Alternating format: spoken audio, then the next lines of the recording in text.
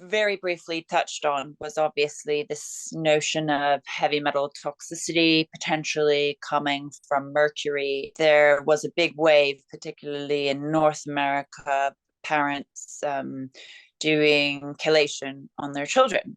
So I'd be grateful if we could cover that off too, and what your thoughts are on that.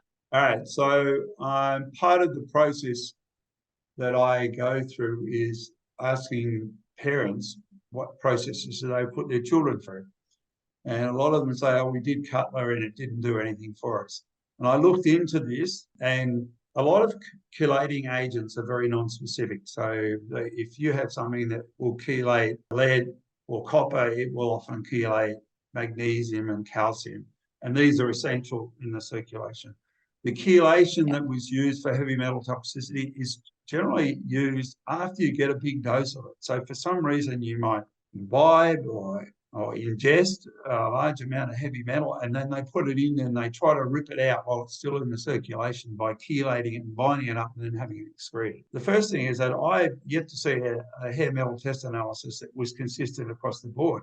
I mean, there's some kids who've got virtually no mercury in them. If it was a generic thing, they'd all have it. So they don't all have it. The next thing was the chelating molecules that are there. So the two big molecules are DMSA and DMPS.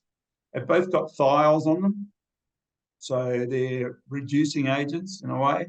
You have a very powerful reducing agent called glutathione within your cells at 5 millimolar. So these things are nowhere near that concentration. They're about 100th that concentration that you have. And I know some people have said they went backwards. Then there's another one called ALA that they add in, and they're claiming that ALA chelates as well. But ALA doesn't chelate, because ALA, the two sulfides that are in there are disulfide bonded. So it doesn't do anything.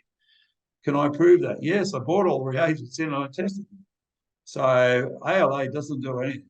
It doesn't. The others will change the color of copper, so they reduced it. So you've got to be very careful too with this concept, because the concept assumes that you can inject or imbibe DMSA or DMPS and then it will magically cross the gut wall. Yes, it probably does. And then it will magically hone to some place in the brain that hasn't been identified yet.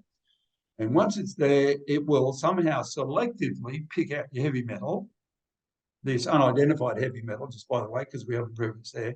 And then it's got an exit strategy to take it out of the cell and then dump it. Now, I've worked on drug delivery for 25 years. I know of no such mechanism. And this is when you've got a concentration of 5 millimolar glutathione inside the cell, which is far in excess of anything you're putting into. So the concept is highly flawed, I would say, as a polite way of explaining it. No, it doesn't work.